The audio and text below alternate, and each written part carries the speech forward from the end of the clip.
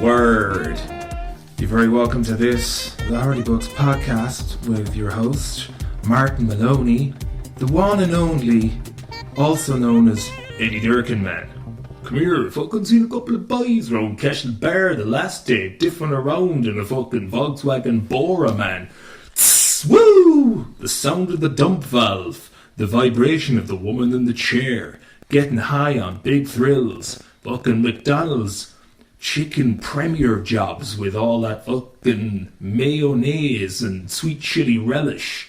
Lads behind the counter just dreaming of a time, a place where they can get away from this teenage dream. Daniel O'Donnell, he wore a class leather jacket once and posed in front of a retro microphone from the 50s. And the name of the album of him wearing said leather jacket, denim jeans and a pair of Chuck Taylor Converse All-Stars said, Daniel O'Donnell, Teenage Dreams.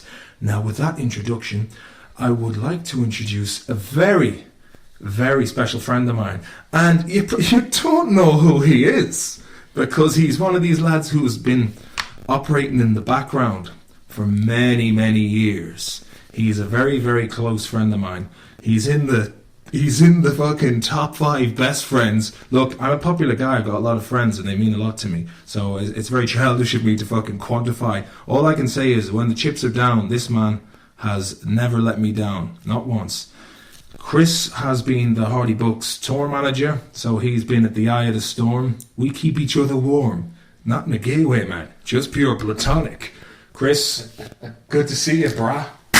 My man. How are you? Very good, very good. Thanks for having me on. Very welcome. This is actually done in my home house in Mayo, so it's nice to be back. I came over to Ireland on a mission of mercy, and I'm not going to go into what's going on because hey, I'm not fucking Katie Price, man. I don't want everyone knowing me business. But let's just say I've had a cuntish couple of weeks. Look, nice to be in the home gaff though, isn't it? It is. It's lovely to be back. Have a picture of Mary looking down at you on the wall forlornly. Don't be telling loads of people I'm all religious, man. I was going to say, so you're just back from Berlin? I am. Berlin and Munich for a couple of days. You were over there for Oktoberfest? Heavy lushing. It was. Who did you go with? Myself and a young man called Marcus Mulroy. Not so young anymore, I suppose. We're getting on, but we went hard drinking for a couple of days. How much money did you spend over there? The guts of £1,000 in 4 days. Fuck me. Just flittered away. Flitter away, a grand that made up a dull day. Went on the piss with Marcus Mulroy in Berlin. Yeah, good times, man. Yeah. It's one of those things that once you start, and it started early before we even got on the plane in Dublin. And did it though? It really did, because the flight was at 7 o'clock in the morning in Dublin going to Berlin. Did you stay up all night? We landed in Dublin at 10 o'clock and ended up in the Mez. Shout out to the Mez. Oh, you slim? Landed in the Mez until like 5 o'clock in the morning. And straight to the... Did you get the air coach? Yeah, we got a taxi. So, proper job. Yeah, big life. Yeah, so, back in the day when I was going back and forth to Sweden in 2007 with Pete and Tom, like, the Ryanair were doing like, I think like 7 o'clock flights to Skavsta, which is just, if ever you landed up in purgatory, Skavsta Airport would be. I remember being stuck there for 9 hours with yourself and Pete. Oh, that's and, right. Yeah. DJ Flip. DJ Flip, man. Oh, Kieran, you fucking DJ Flip, man. And Kieran McGrath. His mate. Yeah. And Dave Manley and his ex-girlfriend, Josephine. Yeah, that was... And Pete Cass was with us. That was February 2011. 11? Yeah, 10, 11, yeah. That was even before my first was conceived. Not long before. But that was the time in the IFTAs. Yeah, like I was fucking pissed off of you that time. You are. So what happened was, in 2011... I came back from Sweden. We were supposed to do something for a guy called Chris O'Connor, who was the Ents officer of Trinity College, and it was what we were supposed to do, like going on some sort of campaign trail, and we were supposed to be like the Palace or something in Dublin. Yeah, but we missed the whole missed event. the whole thing because we turned up at like 3 o'clock in the morning. Or No, it was 10 o'clock at night. No, it was late. midnight. Yeah, but we still ended up having drinks in the apartment. There was a bit of a session afterwards. Yeah, it was late when we turned up at that gaff party. And I think Salmon was there.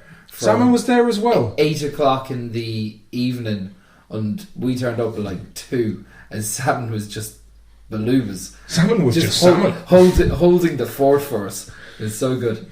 Yeah, because I remember that was the first time like I'd introduced people to Turbo Negro, and it was like, all my friends are dead, all my friends are dead. And like, what's this music, man? I want to hear the fucking Kings of Leon.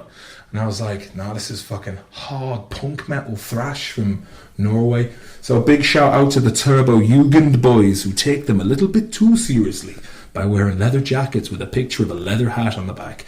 They're a bit like Tool fans in a way, you know. They have that kind of a little bit too into it. They're a bit too deep, but yeah. So what happened then was we had the ifters the next day, and we Pete didn't have a suit. Pete, yeah. Oh, that's right, man. Fucking hell, yeah. That. So yeah, let's get into that bit later. So.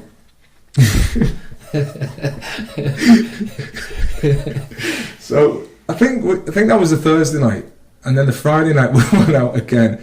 I can't remember. The Friday was when the ifters were on, and what happened was the ifters was on the Saturday. Oh, that's right. Yeah. So we went out on the Friday night, and we were staying at the D4 hotel, which is a great hotel. A great hotel. Give us free rooms, please. Yes, I'll take 2. But myself and Salmon, on the night that you were going to the ifters, were supposed to come back to Swinford. But Salmon... Oh yeah, and me and Peter chipped in. It was like 80 quid each or something, and we'd gone to Zara and bought like suits, but Pete had gone missing, because Pete's good at going missing on piss ups.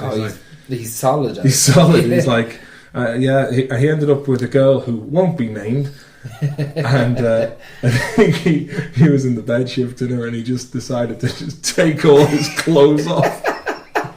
And he was just lying there bollock naked beside her. Won't go into any more details. But so the next day we were like, where the fuck is Pete, man? So did we have to buy him a suit from his measurements, or he didn't have shoes either? So we had to go to TK Maxx and buy him a pair of shoes. Were we nominated that year? I think you were nominated for Best Comedy. I remember that me and Sam were going to head off home because I'd been in Sweden, spent all my money in Sweden. And by the time I come back to Dublin, I was a broken man from heavy sessioning and, going too far. I remember you were a bit ratty. And yourself and Peter got locked out of our friend Liz, Danny Moha, the lizard man, in Bargamossen one night, and the Perry were just like stuck on the street, freezing in like the cold. I think Paddy Downey was there with us that night as well. He was, yeah. So it had been a long couple of days and a lot of drinking, and by the time we were going to the bus, Salmon was going so slowly. I was almost running ahead of him and trying to get him to keep up, as Salmon was just like not having any of it, and we ended up missing the bus. And I was like, oh God, what do we do? We'll ring the lads, we might be able to stay in their room. Oh yeah, that's right, yeah. So that's how we ended up back in their room. So me and Pete had I think we got home at 6 o'clock, and in the morning I was like, I can't wait to get into this hotel room. And I walked in to see yourself and some lady in the bed and Salmon in the other bed, and I just went, what the fuck is going on? And then you were like, fucking relax, man. I was like, don't fucking tell me to relax. And I mean, usually I'm not that... No. Yeah, I'm a chilled out character, but after I think a week of it was just gone... It had gone a little bit too far. But like, I remember it was like... It was very hard to say no to a good-looking blonde girl saying... Who you'd met the Friday night before at the Trinity thing. The Trinity thing, yeah. Didn't we met... Remember we met your man, the Sean Gavin, as well? And he was saying like... Remember we met him at Trinity, and he had like the tight jeans on and the suit Paul jacket. Galvin. Paul Galvin. Sean Gavin. Sean Gavin. He's from Swinford. He's my brother. Yeah, no, Paul Galvin. Sorry about that, Paul. Yeah. And congratulations on your designing. I remember having a conversation like, oh yeah, you're off in Sweden. oh, sure, that's where nudie jeans come from. And acne jeans, man, great jeans. I was like, oh, nudie, you've got a pair of them on my own arse now. But great handshake. Yeah, that's not your best Kerry accent. No, I'll be looking, man, I'm fucking... it's been a couple of rough few days. The effort's gone now, Yeah, but so yeah, that was a bit of crack. But tell us more about Munich. You were driving. You got caught on the U-Bahn. Was that in Munich? You got caught without a ticket. Yeah, like I really, to be honest, the couple of days. Usually, I'm a little bit quicker to spot when there's. You are. You don't slip up, man. Spot these dangers, and so we're. Now, bear in mind, everybody. I put the name on Chris Gavighan here.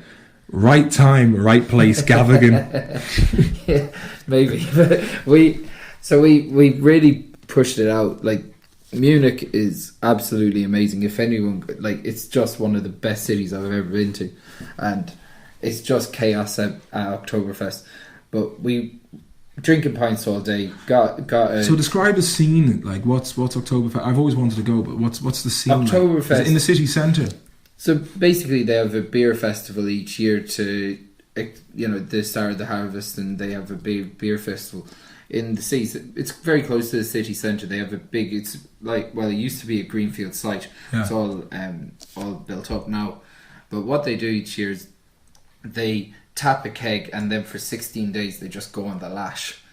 How do you mean the tap a keg? So they tap it. They have this town crier that taps a keg in a ceremony. Ceremonial keg tapping. Yeah, that type of thing. Yeah, and you would know a lot about tapping kegs because you yourself was a barman. Previous life being a barman. How long you were? About 10 years. You were in the bar trade around Dublin, and funny enough, I'll tell you where I first met Chris Gavighan, which is hold the thought about Munich. Yeah, I'll give you some context on when we were doing Hardy Books in 2009. Gavighan get me into trouble here. I'll try not to. Gavighan worked in the local pub or local hotel, and Gavighan was talking. He's like, "Oh, the Hardy Books. Oh, it's fucking hilarious, man." I'm like, I like the cut of his jib. He was a young, buoyant. You know, like the way these young lads, college kids who are really kind of confident now going because they work in pubs, and they might be back at the weekend in their local pub, but they've been up in Galway or Limerick or somewhere for the week, so they're a bit fucking wizened to the ways of the modern world outside. So Gavighan was talking. He goes, "Oh, I'm off to New York next week, man." I was like, "Oh, New York," and I gave you a couple of numbers, but it turns out. Yeah, we talked about it. I told him about my experiences in New York, and I told him about living with Justin Masla, who is his name has featured on this pod before. Google him, that's all I'll say. Or don't Google him. And so I was talking to. Go on, you do the rest. So after you left, after we'd had that conversation. So we had this conversation 10 years about ago. how Justin yourself had a crazy time or whatever. Interrail and whatnot. Interrail, and he just went. Like I arrived in New York, and I met up with Marcus, who was in Oktoberfest. Marcus Aurelius. Marcus Aurelius. Yeah, but myself and Marcus met up in New York. We were staying in a hostel, and another friend, Michael McDermott, and Marcus's girlfriend at the time, girl from Swinford, called Louise MacDonald, and we went into I don't know, a couple of days after we had a few tear-ups, on the beer or whatever, as one does when they get to New York. We went to it's like on O'Connell Street, Dr. Kirky's, the amusement place. Well, there's a place like that in New York near Times Square. They have one of those, but they serve cocktails. They do. We were getting all pissed on cocktails and playing, I don't know, hoops or doing all the games and stuff. And they go, "Oh, it's that guy we were talking about the last night that just kind of turns up at hostels and kind of joins in on their movie nights." And I go, so he came over talking, and it ended up. Because I remember I was in contact with him. He goes, "Hey Martin, man, I met these guys from Swinford when I was over." I was like, "What are the names? I can't remember, dude." Yeah. So anyway, he's that guy. So he was saying that he knew the Hardy Books. I was like, "Nah, it can't be. Not this guy." And as soon as I met him, I was like, yeah, you know some guys from Sweden. Yeah, I'm really good friends with Martin. And I was just like, oh my God, this is going to be wild. So Justin introduced himself by going, yeah, he turned to Louise. Sorry, Louise. He just goes, dude, is this your girlfriend? And Marcus goes, oh yeah, that's my girlfriend. He goes, really? Because I totally fuck her. And that was it. Within 3 seconds, that was it. Like, he couldn't keep it in his... He couldn't unfilter that moment. Let me tell you a story about my last night in New York with him in 2006, man. When you hear this. So, yeah, and how did you know... when did the penny drop that it was Justin? Because they had described him, and they said as soon as I saw him, it was like you had already described him to a T. Yeah. I was like, this guy's a little unhinged. Definitely have to hang out with this guy. that was my thought process on it. Yeah, but when was the moment where you were like, oh, that's Justin Maslow? What are the odds? It was almost like you had described him so well that when he did turn up, it was like, of course he did. What are the odds, man? Do you know what I mean? You're in a city of 8 million people, and the one absolute stone cold lunatic that you could have that you said that you were hanging out with just turned up out of the blue. Like it was fate. Like it is mad because I met Justin when I was interrailing. Like I was 19 and I was working with my dad and brother-in-law and you know Paul Maloney and all that on the building site in Dublin with my sister, or for my sister and the brother-in-law. And I met this guy Brian Conway, and if anyone knows Brian Conway, he's a painter by trade. And he lives out in Rahoon in Galway, and he's got a nephew called Neil Nolan, and Neil was the chippy. I'd love to see those guys again, man, because Brian Conway was the man who, I mean, where I am in life today is because of these guys and my brother-in-law Henry. It was like like I had to share a room there with Brian as well, and well, I suppose this was after I went into Ireland, but fuck it. But anyway, we'd be talking anyway, and he'd be like, Martin, did I ever tell you about the time I used to do white light? I was like, no, what's white light?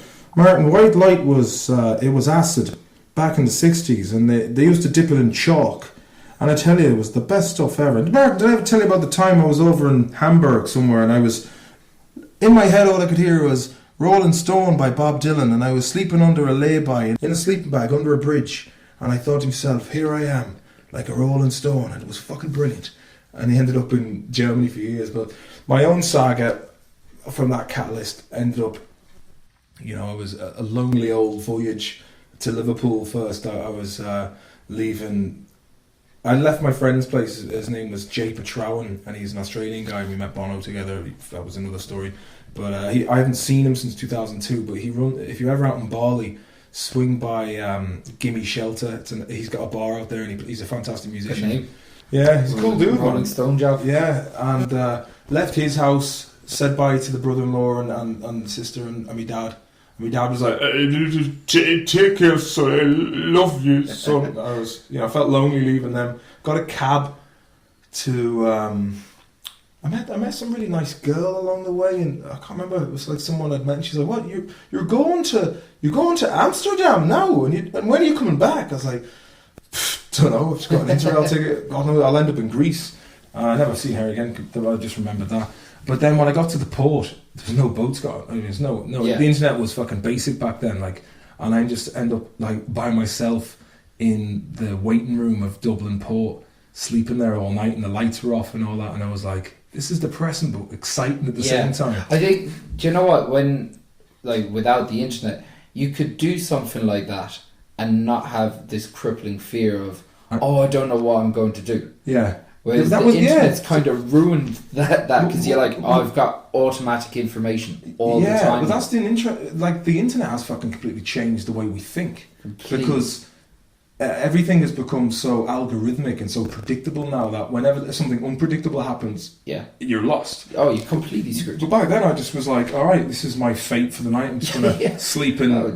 Sleep in the I'll just figure it out. Yeah, it was cool. I was like, fuck it. I was a bit sad. Went to Lisa, my sister, in Liverpool with my. I had like a front pack, a backpack, I had a sleeping bag, I had a big roll, ridiculous amount of shit to be bringing with me, and it was. But still, I'm such a. Not like you. Yeah, not like me. I mean, like I always have like shit in my pockets. Like I always carry too much stuff. It's like even on Fallout when I was playing like the Fallout game, I kept getting encumbered with stuff because I might need that gun, but I need the minigun. It's the same in real life. I just carry too much shit. Like come over for 5 days to Ireland, but I brought like maybe like 2 weeks worth of stuff. Yeah, of course. But so I brought all this shit with me and went into Derryronan after I left Leeds. I flew into Amsterdam. First night I just got baked and ended up on a park bench. And I was like, woke up next morning, I was like, gotta get the fuck out of here. And then I eventually ended up in EOS and I met Justin and all that, and we were sharing this kind of Zulu style hut. It was like a round hut with a straw roof. And like I was 19, he was 20. He was like, hey, I was wearing like a Celtic football top, and I just looked like somebody just come straight out of no real fashion sense. And I had this leather jacket I would walk around in. And he was like, hey, dude, do you like Jackass? I was like, yeah, man, fucking love Jackass. He's like, do you like Tom Green? I was like, oh yeah, Tom Green's brilliant. And he goes, yeah, my favorite film ever is Freddy Got Fingered. And that first such classy. But when I met him, I was like, man, this dude's fucking brilliant, hilarious. Yeah, and like there's going to be chaos. Yeah, I knew it. The first night, right, I went out and I got absolutely. I was with some girl and I ended up in a toilet with her. But I ended up getting so drunk that I just like vomited on myself. She's like, as usual, Australian girl, she's like, I'm out of here. And I was like, I just slumped against the wall and passed out. And so I woke up at about 8 o'clock in the morning. I'm wandering downtown and then I see Justin outside this pub called the Sweet Irish Stream. He's like, dude, what the fuck? You've got all puke down your shirt? And I was like, what are you doing? And he's like, I don't know, man. I was in that fucking Irish bar and like I was talking to a girl with a huge rack and shit, but she wasn't putting out. I was like, hey, at least we got each other to walk home with. So like over it turns out he was a multi-millionaire and he had a trust fund and everything. Yeah. So we got really tight and like, man, he was such a liability when drinking, like, and it turns out he had a lot of issues. And but he was one of the crew, man. And there was one night then like a friend of mine, Cahill, had some like weird like acid tea bag from Amsterdam, and we ended up like drinking this tea bag. And we used to have a place on the beach which was called Far Out Camping. We had these like dog huts, but Justin had what we called the Mac Pad. It was like a pension in town called Old Lady's Place, and she's like, 1 boy, 2 keys, 1 boy. And a friend of ours, Neil, had. He turned up. The first time I met him, he turned like there was Ona and Dav. Yeah. And when I first met them, we were sleeping we were staying in the floor below them. And your man Neil got so drunk one night that he just stripped off. This was a common theme actually. A lot of people who that you hung out with, they would just strip. They get so pissed. They just strip their clothes off and they arrive naked. So he turns up in this hotel, draped in nothing but an Ireland flag. I love it. What a patriot. Yeah. And takes a dump at the top of this like marble staircase.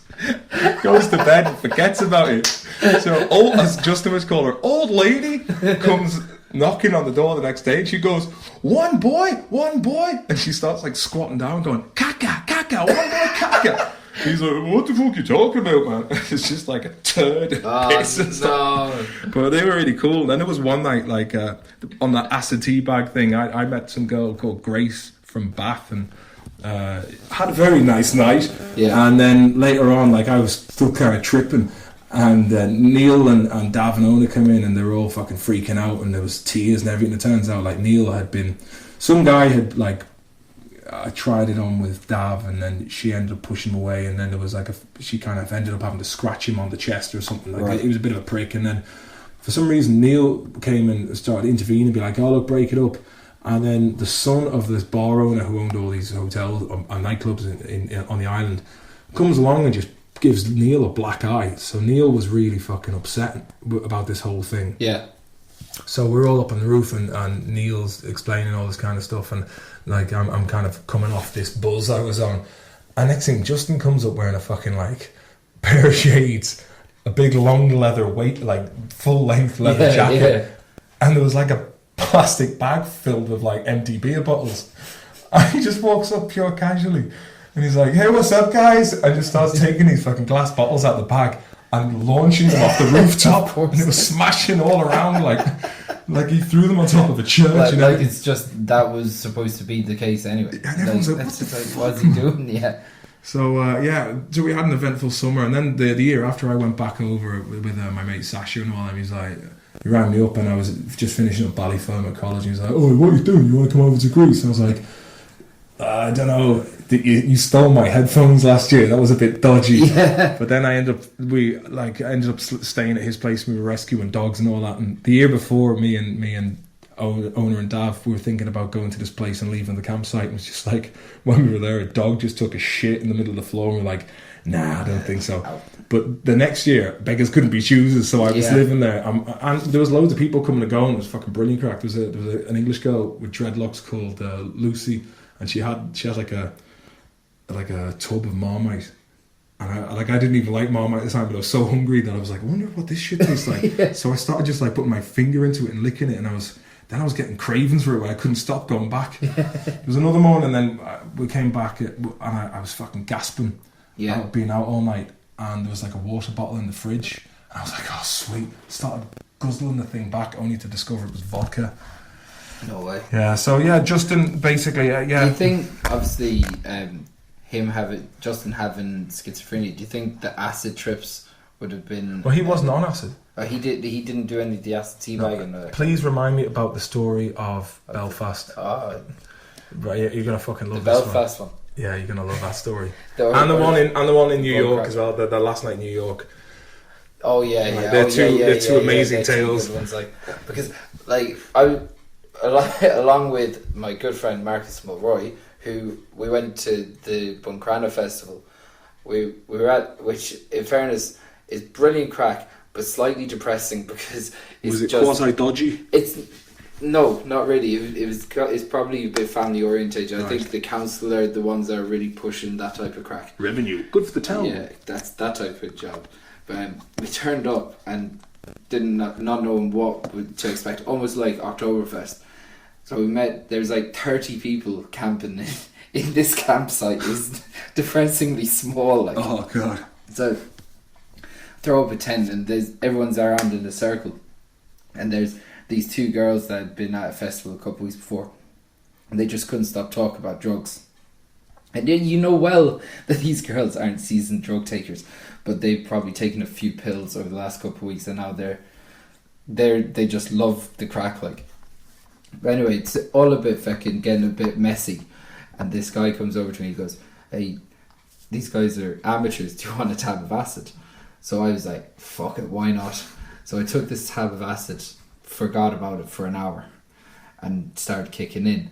And in the meantime, this fella in Buncrana decided to hit Marcus, busted his eye. What for? For no reason. He's just an arsehole. And you say it wasn't dodgy. It generally wasn't that dodgy. There's always one or two. There's always someone that, it was this guy. It was a guy that just always caused a ruckus. But anyway, the acid kicks in, and I'm in this pub, and I get this really intense it's full on so we're doing shots and getting drunk, whatever, and I start tripping out to the fact that I start thinking that the IRA are everywhere. So, and I was like, but there's also this traveller element that was going on. So a few of these people that I was meeting, I thought they were travellers, and a few I thought were in the IRA. And there was just I was like, oh God, how do I navigate myself around this? Am I in the IRA? No, I was a traveller. So I ended up in this trip thinking that I was a full-on traveller. Myself and Marcus were way up, and it went on for hours. And Marcus was like, and that bastard, he hit me. And I was like, don't worry, we'll do that for discrimination. This was my answer to the whole lot, that we were travellers now. So we went back to the campsite, which really enhanced the whole being a traveller. I felt like I was living in this campsite for 5 years over the course of the next 3 hours. Started a fire. I took some lad's jacket, and I don't know who it is because it's all just a blurry vision at this stage, and I set it on fire so we could all sit around. What? I know. So we could sit around this campfire. It's like it's like the time that Polish lad Patrick we were living with in in Galway years ago. Me and Owen in 2007. He'd taken these giving us these illegal ecstasy pills you get from the head shop. So I was sitting around playing the guitar. And the fire was going out. He was like, "Quick, pass me the guitar." We put it on the fire. I was like, "What?" That's you just straight up and throw it on the fire. Yeah. I was like, "What will we play?" But so what happened when? So by the way, because there was only 30 people, this was the first time that they had introduced camping to this thing. So it was supposed to be really controlled, a small crowd. What did people think of you? You just, you're going around going, "Hey boss," and then you're grabbing someone's jacket. Hey boss, I was also, there was this, to be honest now, there was this guy there, and he was an Asian fella, and to me, my mind couldn't compute this. So I was like, it's a bit like the time Pete was in Galway on acid. Yeah. Do you remember that? Don't go! Oh, yeah. So just staring at him for hours. We'll have to tell that story as well. Yeah. So my brain couldn't compute this, so I was thinking, the only way I pieced it together is that the Travellers and the Triads were in on a drug trade syndicate. There was new levels. It was just going chaos altogether. My brain was going... So, obviously, the trip ended a little while later, and I was looking around, I was like, "Oh my God, what have you done?" And they were like, the security guards had enough. It was like everyone was a thundering mess. Yeah. And so they were going to kick everybody out of the campsite. Even though they were staying there? They were all staying there, yeah. But they were closing down the campsite. And I went over, I talked to him, and I said, "Listen, we kind of got stuck in the middle of this. We didn't realise that it was going to go so mad, or we wouldn't have camped right beside this chaos. Yeah. We've got 3.5 hour drive back to Mayo, and really we just want to enjoy ourselves." And they were like, "No bother. Go and have breakfast." Me, the instigator of the fire. Well, that's why we call you the Sledge Gavighan. Got to get out of there. So I forgot. There was this other fella, right? Who's to be honest, I think he was on the spectrum, so he was a bit mentally disabled or whatever. And for hours, this guy, I really couldn't understand him because I was on an acid trip, but he wasn't making any sense. He was making lots of tick noises and lots of he wasn't making any sense. So, but he was just really kind of slinky around. He's kind of moving a lot, and he was making conversations that were making no sense, not even making words. Was he on drugs? Probably. But it wasn't there was no coherence at all. So anyway, this guy, he was going around with no shoes on. And he was just a shaper. He was just I thought for a long time he was a figment of my imagination, but I was also thinking he's talking the old language of the gypsies. That's why my brain was really kind of honed in on the gypsy life here. So anyway, we went up to had breakfast, had a few pints, met some guards. They were kind of going around the pub. Was having the crack with them. What time was this? This was 2 o'clock in the day the next day. What? Oh fuck! Everything had calmed down. It sounds a lot like Rory Gallagher Festival. Yeah, it was something like that. But we were having a pint. These guys came in, and I was like, there was this crazy dude in the camp altogether. Not myself, but your man with no shoes. The guard goes, "Oh, I arrested him earlier on. He was carrying a knife." I was just like, "Oh God!" The fear really hit me. Then I was like, this absolute lunatic could have fucking I don't know why he was carrying a knife, but that's what he was doing. The maddest thing, So yeah, that was a fairly profound drug experience that went a little bit awry, and afterwards I was just like, just stick to the pints for another little while. How was the? It was a lot of fun though. How was the head though? I was actually. It was I was sound You get visuals. Yeah, not too many visuals. It was just my imagination and the way my I was piecing everything together was just to be honest, I was in such a state that it was like you were in a 2 and 8. I was accepted that I was a traveller. This was my life, and You'd been living in the camp for 5 years. Yeah, I've been in the camp, and it was almost like I was free because I didn't have to abide by society's rules. So I was like, yeah, fuck the system. I can do whatever I want. I'm a traveller now. I was like, and then later on that day, I was like, no wonder they've kind of got a little bit of an attitude towards that. You know, they only apply by their own rules sometimes. You know. Well, in fairness, you can't really blame them because what do you get for following the rules? This is it. I'm not saying that I'm, saying don't respect the rules or anything, but you can kind of understand how travellers are kind of like, But where did that come from with the travellers? Was there something to do with taking the soup that time? Like how long ago?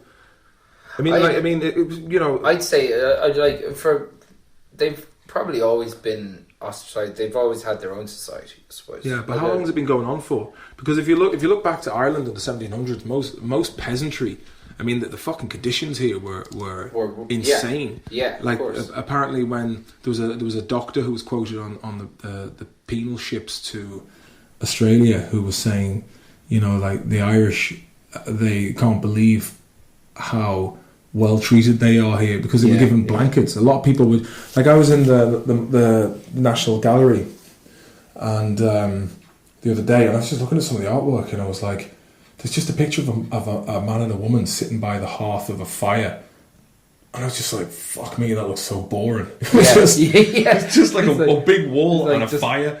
And I was like, a lot of us complain nowadays about like the standard of living, but we live like gentry did in the past. I think obviously each generation things get a little bit easier, like sometimes harder as well. Harder, yeah, of course. Like harder. Like I don't think people can we have like phones and a lot of us have gaffs but look at the price of property here. Like when I was walking around Dublin the other night, access to it, not just the price, not just the price, but like the access to it. I was walking around Dublin the other day, and the amount of homeless people. It's disgusting. It's fucking shocking, man. Yeah, it's absolutely fucking disgraceful. I seen a guy in a doorway. It wasn't even like a shop door. It was just like a utility entrance to a department store, and his foot was sticking out, and you could just see like he placed a sleeping bag in water. Like, do you remember the time we were going to Slane as well, and we were leaving Mark's gaff on Tyler Street? Yeah. And it's just a guy like he just had a t-shirt on. It was damp. He was fucked, and he was just like sitting, just lying in filth. London. I was in London with a friend of mine last March, and man, there's just people living in it's just like just trash, man, and they're using trash as bedding, and you just think to yourself, can we not take care of these people? With like, look at the amount of money Apple, apparently Ireland, Apple it's all in escrow.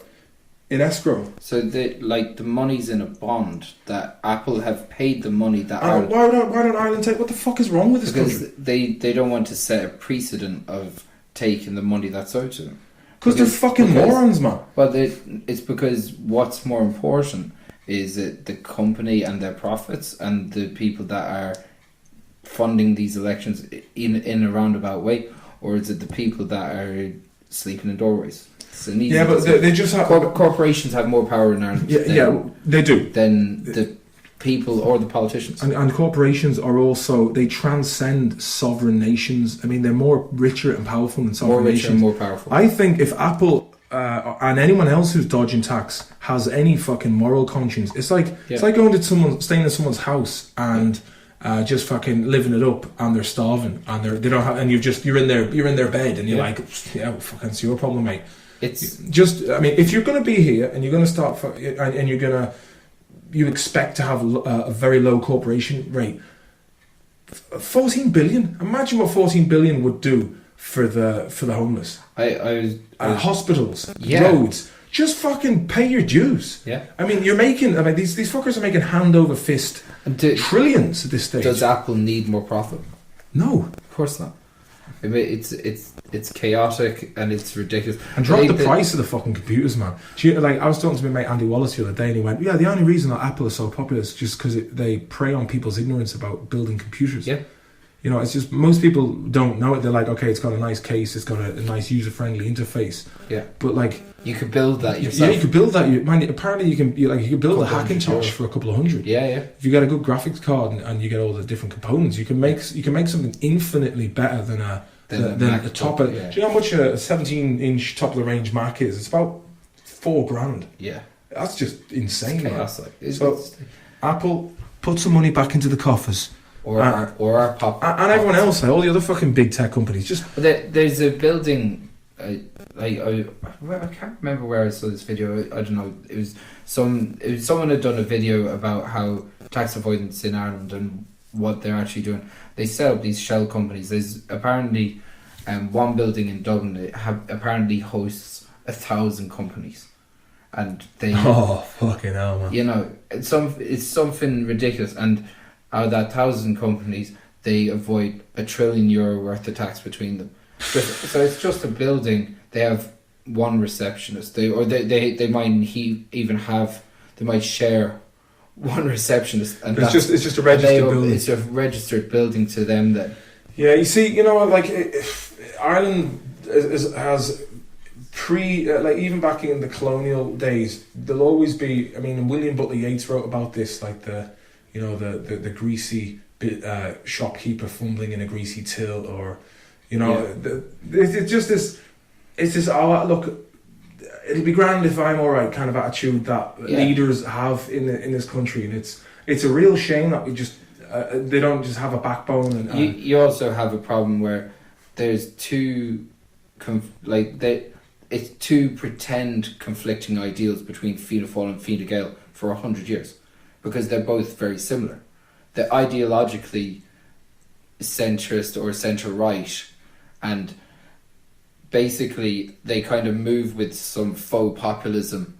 So there's some good things that have come through over the course of the couple of years, and obviously state has informed, like, obviously there's been a massive problem with state and church in Ireland, but having two very similar choices, so we'll go with Fine Gael this time, with Fianna Fáil, and having nothing on a left wing to even counterbalance that. What was it I heard? It was one of them gets the country into a recession, the other keeps us in it. Keeps us in it, yeah, of course. But I look. I mean, sure. What the fuck? At the end of the day, I'm a comedian, and you're a lawyer.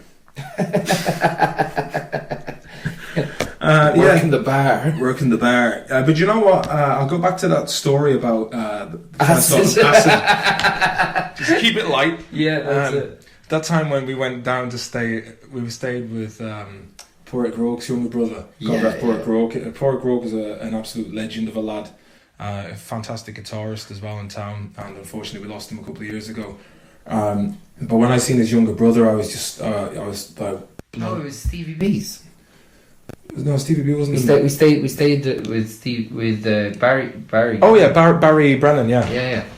But when shout out to the Brennan boys. But I remember when I seen the younger brother walking out, it was like I was just like, what?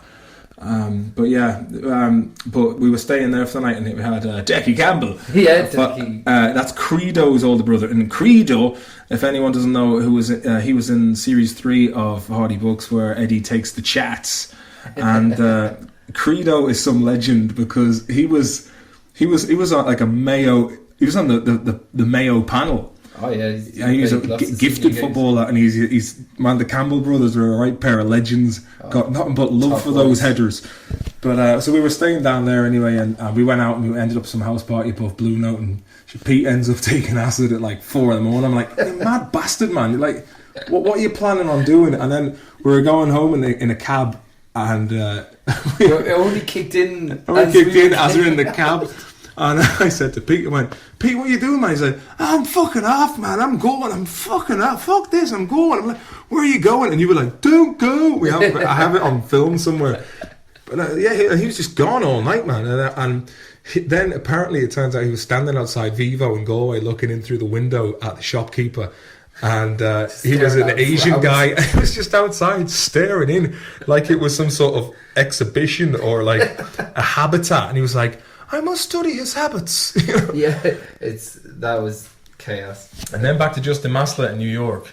So a couple of years ago, after it all went tits up with the bird in Sweden, Justin had said, "Martin, come over to America. We'll be huge and rich and famous. I've got a TV camera and I've got a studio." And in fairness, he did. He had like all the proper gear. Before he bought the camera, he had then this big Panasonic. He'd lost a $5,000 Panasonic camera because he had a real beef with Tucker Max, the pickup artist who was friends with Neil Strauss, the game. And before I came over, I didn't have any idea this shit was going on. But he ended up getting beaten up by a whole gang of Tucker Max's like followers. No way. His legion of brethren in the pickup game. Pickup beaters. Pickup beaters, yeah. They were handy with fighting and women. So he basically got beaten up and bloodied, and his $5,000 camera just got snatched in the middle of it, like, and no insurance. And then he had this picture of himself all bloodied up that he sent to Ivanka Trump, and he said he was going to shoot himself in her shop if she didn't marry him. Yeah. But he always did have this kind of Don Quixote fascination where he was obsessed with the Don Quixote story, and he employed this guy called Colin, an Asian dude who was known as the Squire. And I remember one night I started going out with this girl called Britt Mazzola, this Italian-American girl I'd met in Brooklyn, and we went into this pub called Kettle Black. Big shout out to the Kettle Black crew. One day he goes, "Hey Martin, man, let's take this video camera let's take it out in like Bay Ridge in Brooklyn, let's pick up some chicks." And I was like, "Sound, yeah." So I went in like dressed in like a suit jacket and all jazzed up like, and then we met these two sisters, and like they were really nice, Italian American and kind of half Norwegian, Swedish. Yeah. So I like, they were like, "What are you doing here?" "Oh, we're filming something for a pilot for MTV or some shit like this." And there's this one guy comes up and goes, "Yo, where you guys from?" "I'm from Ireland." "Yeah, my mother's from Ireland." "Yeah, where's she from?" "Donegal." I'm like, "You mean Donegal?" "No, Donegal." I was like, "Okay, Donegal." So I ended up going out with one of the sisters, and that was cozy old crack while it lasted. And she took me around New York. Like I'd never really, hanging out with the lads and all that. There was no like nice, I was the one who incorporated the idea of bringing people to you instead of. Well, no, it was the idea of just going out for dinners, man. Oh, you know what I mean? Yeah, and she was working in some sort of model booking agency, and I was like going to really fancy. It was like Sex and the City kind of vibe. I was just going to all these fancy restaurants around town, and she'd like got this RSVP email by this guy called Michael James, I think his name was. So he would send you an email where there'd be like some sort of like function going on in like I don't know, Bleecker Street or something, and you'd go there. Pier 17 or something like that. Or Pasha. Yeah. And you get like a free drink for an hour, or 2 hours of free drink and hors d'oeuvres. And I was like, that's fucking brilliant, man. So you wouldn't spend a penny, and then you'd hang out with these stockbrokers, and we'd go dressed all suited up and looking jazzy. And like, man, the shit we were wearing, I used to wear this like fucking headscarf and this frilly shirt, and Justin would be going around with a pair of goggles on his head, like a feather earring, and just mad looking fuckers all together. So we met Axl Rose one night and we were hanging out with him. It was fucking great crack, and Justin fucked that up because there was this dude called Vegas we were name dropping to get in, and he was like, "Hey Vegas, what do you do, man?" And he's like, we're sitting around this place Bungalow 8, and he's like, "I'm a writer." And he's like, "Bullshit, man, you're not a fucking writer." And then I was getting on brilliantly with Axl Rose for that, but I've probably said this 9 times on this. So then a couple of weeks later we were like, let's try and find Vegas again and we can befriend Axl Rose and find out what happened. So we ended up in this really fucking rough nightclub called Crowbar, which was next door to what's the name of Howard Stern's strip club, who his ex-girlfriend Michelle was working in, Scores. And everyone was just on pills, man. And they didn't serve alcohol, it was just water and Red Bull. Wow. And there was these like Jersey Shore looking dudes who were really rough, and there was one like chewing a drum off himself, and I was like, "Are you having a good night, man?" "Yeah, who wants to know?" I'm like, "All right." So I got intense pill taking. Oh, intense! It was vicious pill taking. It wasn't like a big loved up. Cool, man. Yeah, cool. I got a Budweiser's class.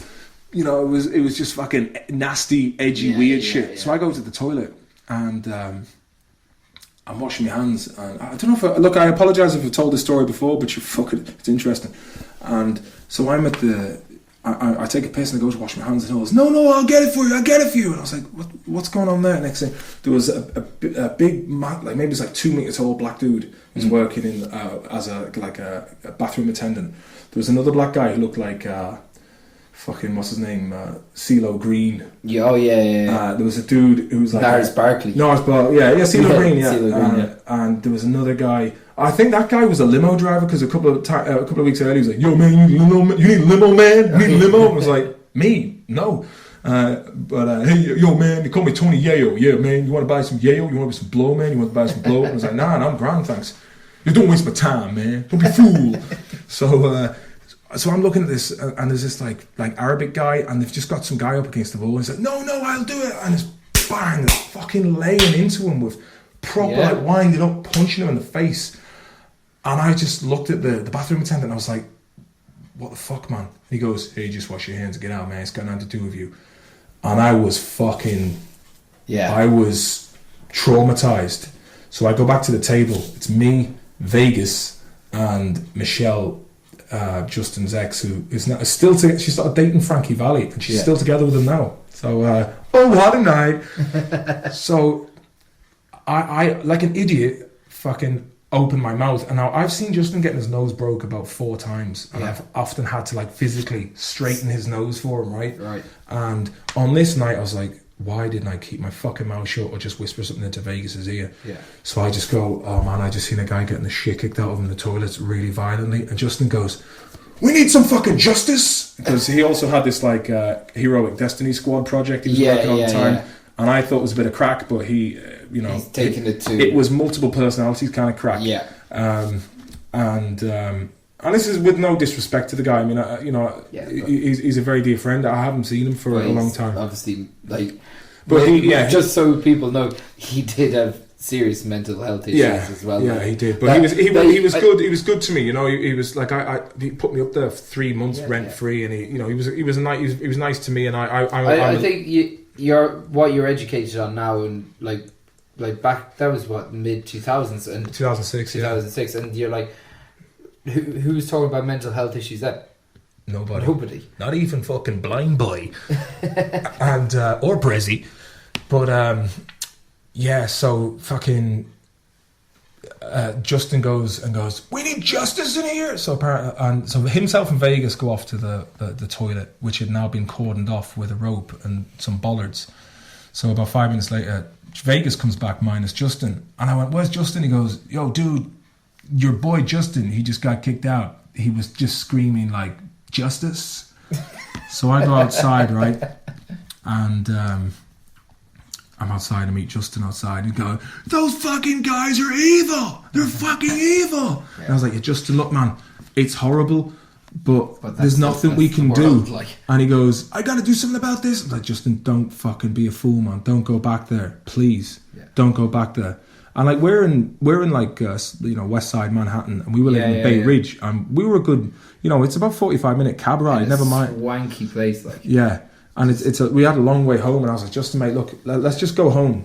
Fuck this. You don't need to get involved in this. I do. I can't die. I'm in a computer game. I can't fucking die, dude. Wow. I'm like, oh shit, he's losing it. So I said, look, Justin, here's what we're gonna do. We're gonna walk away, and you've got 2 choices. You follow me and you leave it, or you go back there and you do fucking something stupid. So I started walking away. I was like, yeah. He'll be behind me. And then all I hear is, I can't die! Boom, and I turn around and he's on the floor, and this Mike Tyson looking bouncer is just on top of him, and they're fighting on the ground, and the bouncer just fucking boom, clocks him, breaks his nose. So, and I seen like the biggest, 2 of the biggest just human beings I'd ever seen, man. Security guards in New York are just enormous. It's just, where the fuck did these people come from? Yeah. One of them must have been about 7'5". Yeah. But like fucking a meter wide at least. And I just looked at this dude and I was like, we have no, just sheer mass. Yeah. And then not only was that, there was a dude who was like Eastern European who looked like Andre the Giant, and his hands were like fucking shovels. So the 2 of these dudes came, plus the gnarly Mike Tyson guy and a couple of other bouncers. And I'm just looking at one of the really huge black guy goes, yo man, you better get your boy out of here. Yeah. You hear me? You better get your boy out of here. You got a warning. I know, man, because he went up and he punched the Mike Tyson looking guy in the face. Wow. You know what I mean? He punched the bouncer in the face. Yeah, like... And So Justin is now like his nose is like fucking squashed across his face, and his blood, and he's going screaming, and he's just spitting. He's just like spitting blood all over my shirt. So I've got blood all over my white shirt. Yeah. And then his ex comes out, and Vegas like, "Hey dudes, I'm out of here."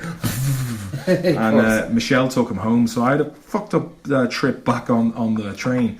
But do you think he learned? Not at all. So my last night, right, I felt bummed out because I was obviously going to be leaving Brit, and I didn't know when I'd next be in America, if at all, you know. Which turns out I wasn't back there for a couple of years. 4 years, yeah, 5 years, and when I like herself and her sister Kristen were really nice to me.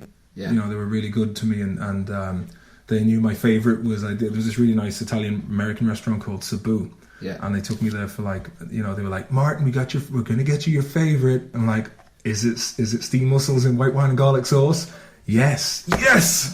So I was having this really lovely meal with him, and Gregory, their brother-in-law, was saying like, "What wines have you got?" Like he worked in finance, and he was well-to-do, you know, so he's like, "Yes, I will take 2 bottles, thank you." So we're talking like 50 quid on the wine alone. So I felt guilty because like Justin had brought me over, but you know it was the last night, so I went, "Justin, we're in Cebu, man, if you want to roll up and you know, hang out." So in walks Justin, dressed in, you know, goggles, suit, feather earrings, the works. The works, yeah, really pushed it up, like. Yeah, really pushed it up. So he walks in, he's like, "How's it going, guys? Do you mind if I get some wine?" He just fucking starts hoofing the wine into him. So beside the table, there's a man and his wife or his fiance. Yeah. You know, big. Maybe I was a firefighter. You know what I'm saying? He was a big dude, like taking his bird out on the date. Oh. So he had and the funny thing is, there was your man Pat Barisi, who played Pat, and what was the brother called in Sopranos? The two twins. Yeah. He was a teacher in the school in that area, and Britt said that he was her friend's dad. No way. So there's a place called Ario's, which is on like the main strip, 3rd Avenue, and like it was just, you go out, it looked like fucking Sopranos, man. There was loads of guys trying. One day I was passing by, and it was on Saturday afternoon. There's like it looked like Satriali's in Sopranos. Yeah. There's just dudes in tracksuits going, "Oh, help me fix this fucking wheel over here." Love it. And I was like, "Fuck, those dudes look like heavy dudes." Yeah. So so there was a couple of like hardcore Italians in the neighbourhood. So and this dude looked like one of them.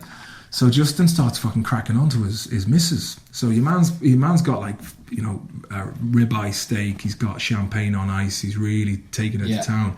Justin starts hitting on her in front of him. "Hey, where are you from? Where are you from?" "Cool. You look. I love your eyes. You look beautiful. Where are you from?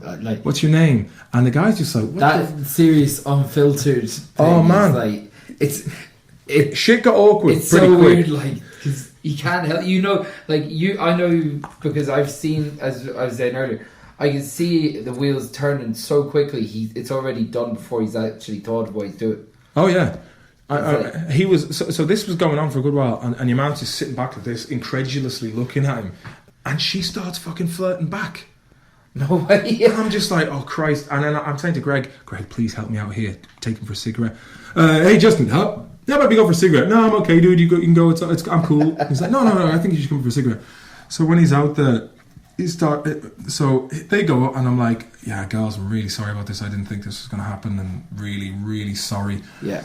Next thing, your man busts in, he goes, "Oh, so we're having marital problems." And I was like, oh shit. So you had obviously told Justin that. Just because, you know. Yeah, because it's the way that. Yeah, it was a conversation. Yeah, you're having a conversation with Justin and told him that the couple that you were going to dinner with. Yeah. Were kind of having a hard time. Yeah, so the couple are fucking like having a proper fucking. It was the steak was left there straight out, and he jumped into like a Chevy Tahoe or Suburban or something, just go. They were gone. And then there's a big argument between the sister and the brother-in-law, and then my girl starts fucking shouting at Justin, going, "I fucking hate you, you fucking piece of shit!" Yeah. And Justin's like, "Hey dude, look man, I'll talk to you tomorrow. So unfazed by the whole lot, like ruined the fucking last night in New York. So hey, what are you gonna fucking do, right? Yeah, like my first night in New York, I almost got arrested. Like I was in handcuffs at one point. Really? Yeah. Was it public urination? Because I got stopped twice for that. No. And you're wondering, where did they come out of? I know. I myself and one of the lads, MacD, we were MacD's after you. when Mulroy and Louise had gone back to the apartment, and me and MacD decided we'll keep on going for it. We ended up going into this nightclub, paid $50 in, but there was a free bar, like for the night. I don't know, there was a party on or something like that. It was a private function, and there was like, I was like, oh god, first night in New York, a free bar, it's like heaven. Yeah, I know the feeling. So we were like drinking shots and cocktails, and we're getting absolutely drinking shit you'd never order. Yeah, like Baileys. we're just going for it, like. And there's these 3 or 4 English girls. They're absolutely gorgeous. So I was like talking pure and utter nonsense. You were channeling your inner Danny Dyer. I was really. What, Donnie? What? I was just like really showing off, like really show offy type of stuff. And there was one of her friends, and he was talking to this black dude in an orange suit and an orange hat. And I was like, who was that? Flavor Flav? He was. But anyway, I was talking to one of the girls, and she was saying how her friend was feeling really uncomfortable. I was like, why did she tell him to fuck off? So that's the ignorant Irish thing to do after 15 pints. Well, classic Gavighan. Yeah. Fuck them. Yeah, just get rid of him. So, and she was like, no, she can't do that. Well, if she can't tell him to fuck off, I'll tell him to fuck off. So I proceeded over, and I was like, I think 1 or 2 steps in, I was like, this is a really bad idea. But I've committed to it now. So I went over. Sorry mate, could you just fuck off? Yeah, could you fuck off? She has no interest in you. And he was like, what'd you say to me? Fuck off. Good lad. Just such an idiot. And he did. He walked away. And about 2 or 3 minutes later, a massive bouncer picked me up by the head with both hands around my neck. Jesus. And dragged me out of the bar and fucked me out. And I was like trying to gasp for air. Like, this guy was easily 6'8", and he was like 300 pounds. He was just, one of those beefcake, massive, an indeterminable mass, a lump, the indeterminable bulk. Oh, stop. So I was lying on the ground. I was like, what the fuck is that for? And he goes, you can't tell the owner's nephew to fuck off, man. Oh. And I go, well, you could have asked me to leave. Because I would have left if you just said, you can't say that to someone, just leave. But instead, you decide to put your hands on me. And I stand up at this point, and he goes, yeah, well, what do you... And I hit him. Like you hit him? I hit him as hard as I could. Fucking lunatic. I was just so drunk and so full of adrenaline. But I wasn't... I just lost it. Did you give him a handball slap? No, this big overhand right connected with him didn't knock a stir out of him. Do you know it didn't do anything to him. Can I just say, I once seen a guy doing that outside Zaytoon about 6 or 7 years ago, and there was this like big Tunisian guy on the door, and he kicked him out, he kicked this Irish guy out, and the Irish guy was like, alright man, alright, yeah, fair enough. Yeah. And then he turned around when your man wasn't looking, he went, take this, you fucking wanker, stop punching your man in the face. Didn't knock a stir out. He got his fucking ass kicked. Well, man. I decided to throw your man a belt, and it didn't knock a stir out of him, and he threw me on the ground, and he sat on me, and I was like a crab. I was like trying to lift him and move him, and I was always passing out from the weight on my chest. You should have shrinked out. Anyway, gets up, and I have the cuffs on me, and the guards, the police were there. They were like, so what happened? And I explained what happened about him, and then I hit him. I just admitted it was just look. I hit him, and the policeman just goes, you hit him. And I was like, I know, when you say it like that, it's a terrible idea, but that's what happened. So you should have to give him one out of principle. So I started talking, but because I was absolutely loaded, I was coming out with awful waffle, and I was telling them how, look, this is my first day on my vacation, and you know, I obviously being a policeman myself. I started coming out with this, and one of them wasn't believing me at all. But there was another fella who was an Irish fella, and I started talking about Temple the guards and Temple Moor over the high wall. Yeah, and that we were an unarmed police force. I was talking to them for a good 10 minutes of fast chat, and then I was like inviting them down to Swinford to stay with the parents, and we became great mates. So they were like, oh, look, we'll look after you, you know, obviously. I'll have a chat with your man, because obviously, like, you could see on my neck that someone had been trying to choke me, the way they put me out. So I said, look, no bother. And out of nowhere, my friend MacD comes thinking that he's coming to the rescue, and he goes, "Ye bacon fuckers, he didn't do nothing wrong." Oh, fuck's sake. And I was like, "Shut up, Matty, shut up."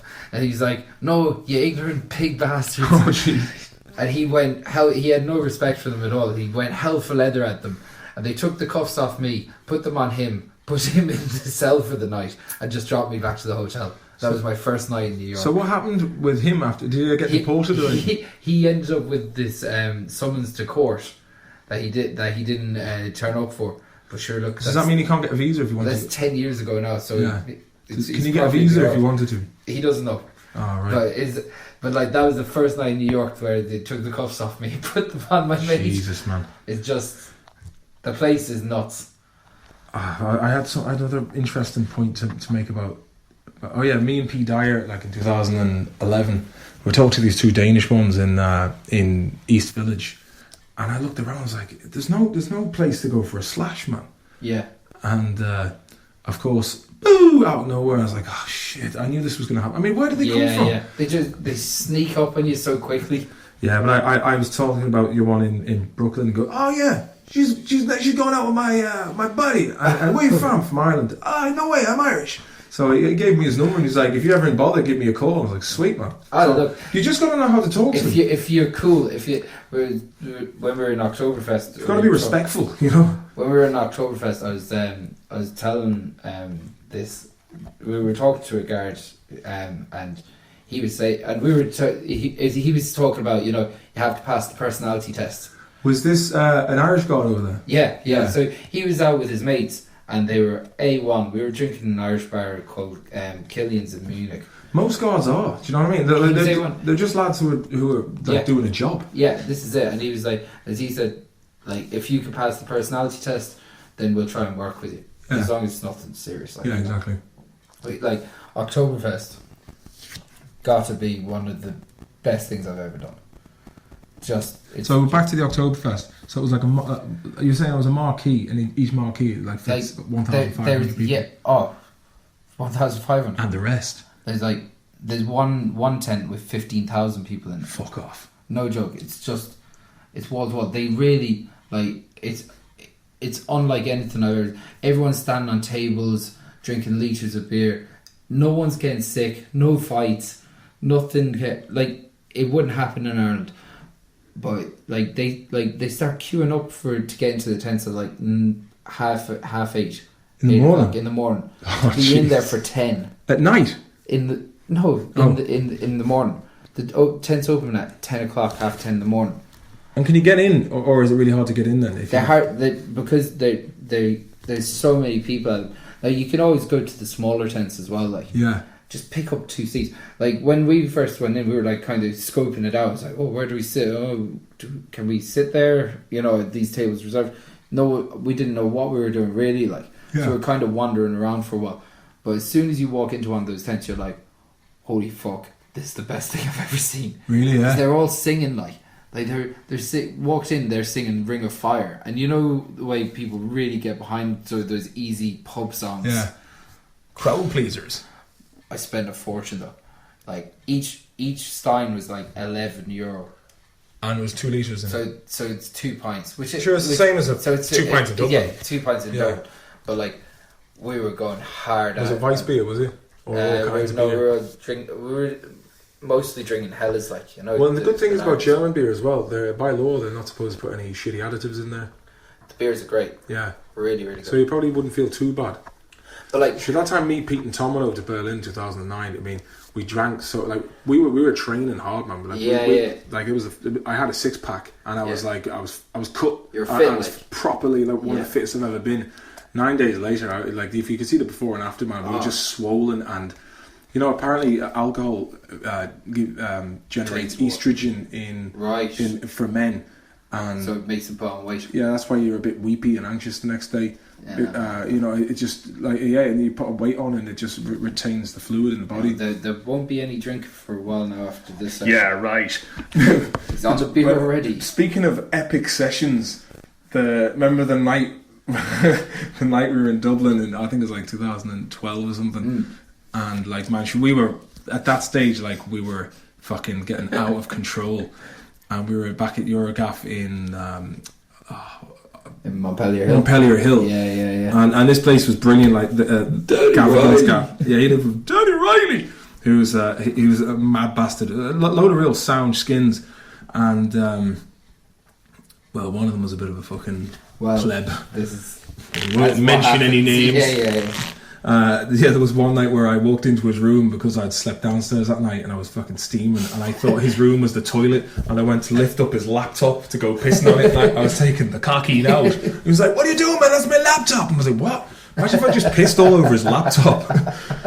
But there was one night in particular we just went like, man, I remember I was on the bus and I rang you and I said, "Chris, go to Tesco in Jury's and buy a bottle of like a litre of Captain Morgan and a 75 CL bottle of the Oak-Heart Bacardi." And we just drank that before going out, man. We were just in bits, and then later on I think we threw like a fucking 20 kg kettlebell out the back window, and then we like I think never seen the gaff so trashed. Like, it was like we threw a fucking didn't we throw like a glass bottle off the wall inside, and then it just turned into chaos because every glass got smashed. So the next night you were working up in Kavanagh's in Drumcondra, so we went in there for a few pints, and I remember I just kept saying, what was it, hard loving, rough justice, or hard loving? And then we were walking down the stairs, and he said to some lad, he goes, "Hey mate," he went, "Yeah," and he went, "Rough justice or hard loving?" And the man goes, "Oh, that's a good one, hard loving." Fair play to you. And then we went back to the gaff. A philosophical question after 2 days on the session. And then Danny Moha, Liz, he came over for the night, and we were getting on it again, and we put on Black Rose by Thin Lizzy. And then I just picked up the coffee table and fucked it against the door on the way in, and we got the knock on the door from Grace, your neighbour. And she goes, "Lads, not tonight, seriously." Please. And we were like, "All right, sorry." Yeah, we felt really bad then. Like, we had gone way too far. Took the coffee table and fucked it against the front door. Earlier that day, we had gone for a Scotch egg in Mulligan's. And for me and Danny that night, we were rolling around wrestling in broken glass. Yeah, remember, but like Dan had just been fired from Mulligan's. Oh, he was like, I went back in and he asked the barman, "How's the Kaiser getting on?" Talking about you won the boss.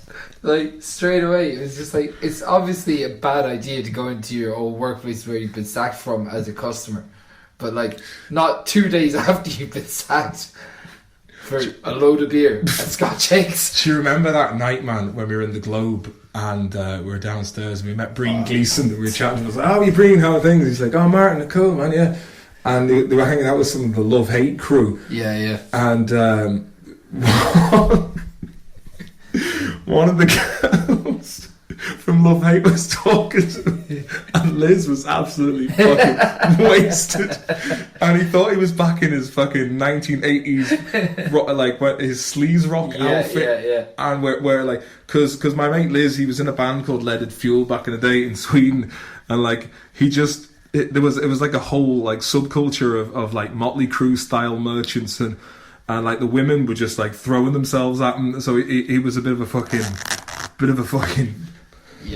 what can you say, a wild prick. So one of the main girls from Love Hate, who I won't mention, he just slapped her on the arse, and she turns around and she went, "What the fuck are you doing?" Yeah, I'm famous. And I was just like, "I'm so sorry. I'm so sorry about that."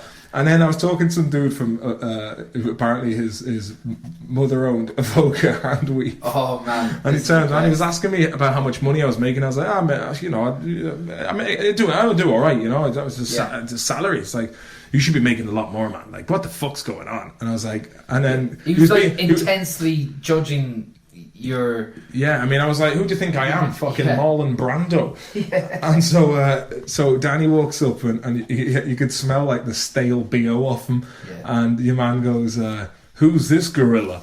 And Dan just goes this to him, hey, what are you saying? Slapped him in the face. Slapped him across the face, and he went, bitch slap. Just like, such a glorious fella. Like, he really brought your man down to earth that night. Your man just made a sharp exit. Oh man, they were they were mental times. Like, if I didn't, you know what? I think the time I got arrested in the Big Tree, man, it had to happen. Because shit was just getting out of control, and after that I calmed down. I mean, it was just like when you think about it, I was thrown into kind of. I mean, it's not massive stardom or anything, but like you're still notoriety, and it kind of gets to your head a bit, man. And so I had I remember you two were skint at the time, and I was like, "Are you coming out, lads?" And you were like. We're skint. I'm like, how can you be skint? It was a concept I didn't fucking understand, but it's a concept you had forgotten about. I'd forgotten about it. But like, even like, say nowadays, I'd be like, someone would be like, oh god, that guy, Dan guy, when he slapped your man, that's assault. I was like, no, in my head, your man he needed a lesson. Yeah, and that sharp little tap on the face. Well, this is the thing I think taught about your man a little bit of have a bit more respect for me. Yeah, and this is the thing I think in modern times where compared to like can you imagine the old days, like people who like were out of order got a slap. And that was the equalizer, and it was like, you know, it was always like the like a kind of an honor that went with it. Was like, you disrespected me. Yeah, you know. But like that guy was 5'6". And he was talking down to a guy that was 6'4" and 17 stone. Yeah. You know, he was a lot shorter than me. Yeah. And he was talking down, he's like, who's this gorilla? And then Dan, 6'4" and 17 stone, decided to give him a clip. And that's the equalizer that life should be like. Yeah, you know? I remember, and I tell you, when his fucking brother were up at the Rory Gala Festival time, and the fucker punched me in the back of the head. Oh. Like that's the other thing, you know. Yeah, and if it was only for the fact that it was Dan's brother, he got a pass on that, man. Yeah, it was and it took a lot of restraint. Well, you did well to restrain, because I don't know if I punched Dan in the face as well. So but he had it coming. Like, he was just like he after a night out, we were chilling out, having a few beers. No, after a night out, I brought this girl back, and we were chilling out having a beer when he was sitting there and he was being his utmost of an arsehole, and he kept on calling her a cunt, and he like, you could tell, like, because he's a good guy, but sometimes he's a good guy, more than like Justin, when he get too much drink on him, he'd fucking lose it a bit. Just lose it. He lost his mind, and he's reformed now. God damn it! Don't judge him. You're a good guy. He's settled. But all of that was going on, and he was repeatedly calling her a cunt. I said, listen, mate, you keep on calling her a cunt, and it's not cool, and you will get punched in the face. And it happened. But that's another night's work. Remember the time when... remember the time... You hurt me, man. But you remember the time... That's all it was. You weren't there, but our friend Sean, himself and Sean McMillan, another good old friend of ours, they were living on Georgia Street once. And I think I might have mentioned this before, but it was my 25th birthday. Yeah. We were in the Globe, and we came back, and Dan fucked off somewhere on the north side with all these people. And he came back at like 9 in the morning. I was in his bed with Tanya, and when he walked in, I was like, Jesus, Dan, what the fuck happened to you? And his whole fucking one side of his face was just swollen, and he had like a black eye, and he goes, don't know, man. I'm like, Jesus, Dan, you look like you've been fucking seriously assaulted, man. Like, what the fuck? Who did it to you? Who did it to you? I want to know. Don't know, man. Where were you? Don't know, man. And then I looked up closely to him. He had a K-Swiss soul on his face. You could actually see the K-Swiss logo. Yeah, you could see the K. It had K-Swiss written on his face. You know, it was like a red K-Swiss, and like the kind of the interwoven pattern. Right. And I said to him, what happened? He goes, all I remember is they had a bottle of whiskey. That's the last thing I remember. But there was another time. Like, how angry do you have to make someone that they don't not stamp on your face? They have to stand on your face and just put pressure on your face. Do you remember that time we were in? I think it was like 2011. We were in. I think it was like Envy or something. It was like the business IADT business school. Had like this night. And we were doing like an appearance. And we all went back to this house party near Jury's. And Tordoff was saying, like, I remember I had this Audi rental car, and I fucking left the key in the house party, but you brought it back for me. And I was like, legend, man. But Tordoff stuck around. He said, Martin, I seen like Dan was really pushing the boat out, and he was really taking the piss, like, and being a bit obnoxious, and some lad fucking cracked him in the face. And he just looked like a big baby who'd been told off, and his face had just changed. So I mean, and there was so many fucking times. Like, I mean, there was a time we were walking down. Like, there was so many times. Like, people would call him Justin Lee Collins, and but he, like, I think it was like every night we go out, someone would call him a fat cunt. And there was one night we were walking down Grafton Street with Sean McMillan and a few lads, and there was a load of guards standing outside the AIB across the McDonald's, and Dan. Just talking, and Dan just goes, "Working hard, lads." Cheeky bastard, like. And one of them goes, "Yeah, ha ha ha, you fat cunt." Oh man, he's fucking great crack. But even Dan, as mad as he was, couldn't hack Liz at the Rory Gallagher festival that time. Like, it was just, oh, never again, man. The complaints, man. Sure, I had the van up there at that time, and I thought, brilliant, man, I've got a van with me, and it was just, it had like a double bed in the back of it. It was great crack. And I remember there was some guy in a yellow transit van, and walked up to him and went, "Oh man, your van's class, can I ask you a few quick questions about it?" And he just goes, "No." And he just goes, "Close it." That was it, about the door. I think I met that guy in Foxford. And recently enough at the we were doing the gig at the Hideout. I remember meeting you up in the Rory Gallagher Festival when I had my yellow van. I was like, "Oh, is that you?" The man just goes, "Close it." Close it, yeah. But I think that's a nice tender little podcast there. Thanks to Chris Gavighan, we reminisced about a lot of funky tales from the old days. My mother just walked in. How are you doing, Mum? How are things? My mother here, she played the part of Biddy Durkin in The Mother Dearest. What do you think of this podcast lock, Mum? You can speak. You're all right. You can. Not interested. A load of codswallop. Fair enough. Do you reckon I'll make any fucking coin out of this crack, Mum? Speaking of which, please don't be tight bastards, because this shit takes a long time, and I'm not even time and patience. I'm not even going to bore you the details, but there's a lot of other people making insane coin from this. But yeah, get on the Patreon, and you can join the Discord group where we have a nice little community of sweet dudes in there. So don't be shy, man. Don't be shy. But yeah, I just want to say thank you all very much for hanging in. I also have to say, last week I did a fantastic 2-hour discussion with one of the leading herpetologist, a zoologist who deals in crocodiles. His name is Adam Britton. The Eddie Bravo thing, it took me fucking days to cut that together, so it was at a decent quality. So these are the things you don't see that go on behind the scene. Do you have any gigs coming up? Oh yes, Chris. Fair play to you. I'd forgotten about that. You can catch me in Galway Comedy Festival Friday night the 25th upstairs at the Crane at 8 o'clock. That's going to be great crack. And if you're in the Loughrea area, please come along to that. If you're feeling it's going to be a Monday after bank holiday, but sure, you're very welcome to that. Also, like, look, man, I play music. I do comedy. I do the dishes. Get in touch with me if you want me to. I mean, I don't give a shit where you are, man. If you want me to come to Australia, I'll go to Australia. If you want me to go do a gig in America, I'll do it. If you want Colgan, get in touch, man. We'll make something happen, because there's a lot of cool people out there I'd like to meet, and I always have good time for the fans. And I want to say thank you all for for listening to the podcast. And if you think that someone's going to benefit from listening to this, if you're just chilling out on a plane or whatever, just put that shit into your ears and press play, and you're going to get entertained. But I want to say thank you very much, Chris Gavighan. You're a beautiful man. You are the sledge.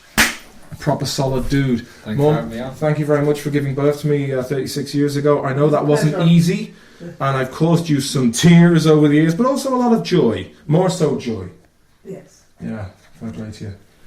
Love you very much. Simply the best. Simply the best. Tina Turner job. All right, dudes. Look. Peace out. Yeah, absolutely. Good luck, and look after yourselves wherever you are, and keep in touch. Any last jobbies? Over. All right, we're signing off.